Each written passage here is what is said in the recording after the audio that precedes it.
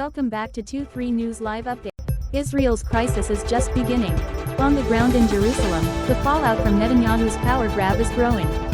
Jerusalem, it's a strange experience to observe the place you live in slide from controlled crisis into utter chaos in just under 24 hours. Crisis is a fairly common situation in Israel. There is always something going on. Hamas launches rockets, Israelis enjoy brunch. Hezbollah threatens to annihilate the country, Israelis know their air force will chortle. This may be one of the reasons Israelis developed a "there he goes again" indulgence toward Benjamin Netanyahu, the country's longest-serving prime minister, and an eternal bad boy of local politics. Last November, he managed to pull off re-election, barely, while on trial for corruption. Yet this time, with skunk water cannons turned on peaceful protesters, army reservists resigning and global banks and credit ratings agencies downgrading Israel, Israel's 7-month crisis is past and chaos has taken over. It feels as if the country's DNA has been transformed.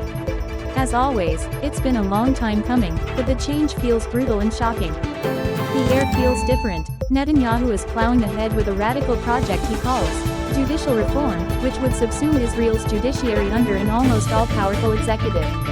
Over the past 7 months, it has advanced under cover of a shimmer of irreality that has torn open the country's rifts. The only question was whether his hard-right, religious, nationalist government would back down in the face of massive international alarm and domestic resistance. The latest chapter opened on Sunday night, when former President Reuven Rivlin, 83, addressed a crowd of about 100,000 opponents of Netanyahu's attempted power grab in Jerusalem still felt like Jerusalem. After a sweltering day, the hilltop city's famous breeze seemed to caress the crowd. Behind me, smiling protesters shared bags of grapes they'd brought from home. Their hope seemed to be that just maybe they could recreate March, when a popular uprising with hundreds of thousands in the streets gave Netanyahu pause and pushed him to step back from a draconian law changing the Judicial Appointments Committee that would have brought Israel closer to authoritarianism. While Netanyahu has conspicuously dismissed increasingly dire warnings from everyone from President Joe Biden to Israeli Reserve Air Force commanders, the idea of an Israel turned into a nation subservient to the iron fist of a strongman doesn't quite jive with lived experience here. The time and the place at which Rivlin, a respected elder statesman and the scion of a well-known Jerusalem family, addressed the crowd could hardly have been more symbolic.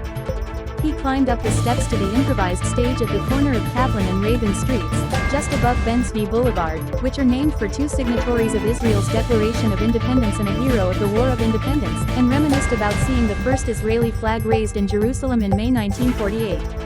As a boy I distributed water to the fighters of Jerusalem, he remembered, mentioning that his grandchildren always asked him why he tears up during Independence Day celebrations. I love the state, he said. I saw in its establishment a miracle.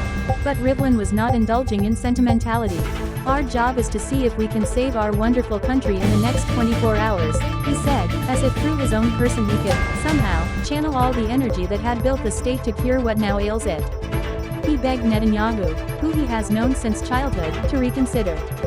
There is only one person who can prevent this disaster from harming our country, he said, and that is Benjamin Netanyahu. The crowd hissed, and Rivlin shushed them, saying, "We can make accounts later."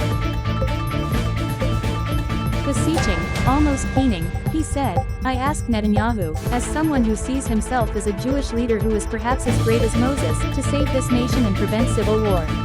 Absurd as this was, he did not mean it as a joke. Around me, those who were still listening to Rivlin tittered. Moses. But Netanyahu's ego is a real factor.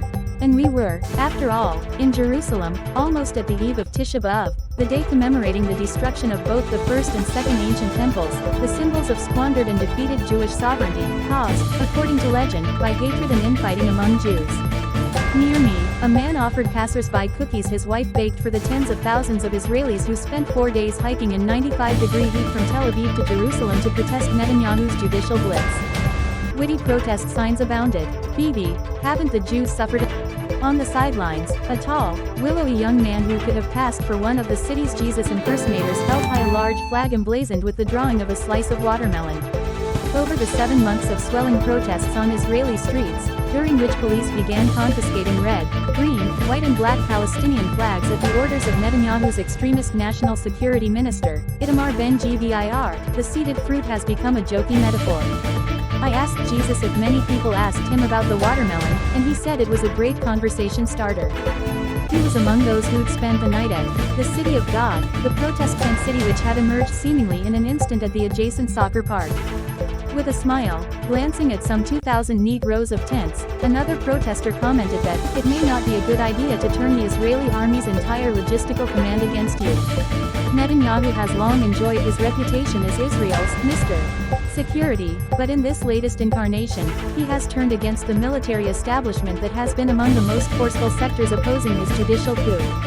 Adding to the general strangeness of recent months, Netanyahu, born in Jerusalem and raised mostly in progressive Tel Aviv, appears to inhabit an alternate sphere. He, his son Yair, and, on Tuesday, his brother, Ido Netanyahu, have all spread the far-right conspiracy theory that Biden is fomenting or even financing the growing protest movement.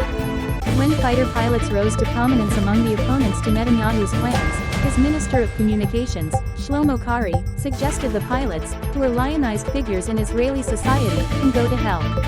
24 hours later, it was all over.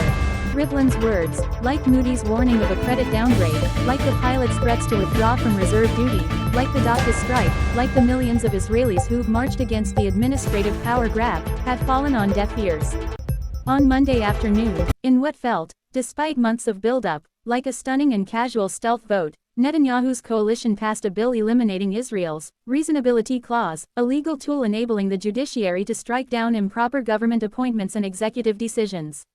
Former Prime Minister Yair Lapid, the centrist opposition leader, said, the government has declared a war of attrition against its own citizens. All joshing was gone. In the hours leading up to the vote, Netanyahu turned down a request from Israeli Army Chief of Staff Lieutenant Gen. Herzi Halevi to meet. He didn't want to be briefed.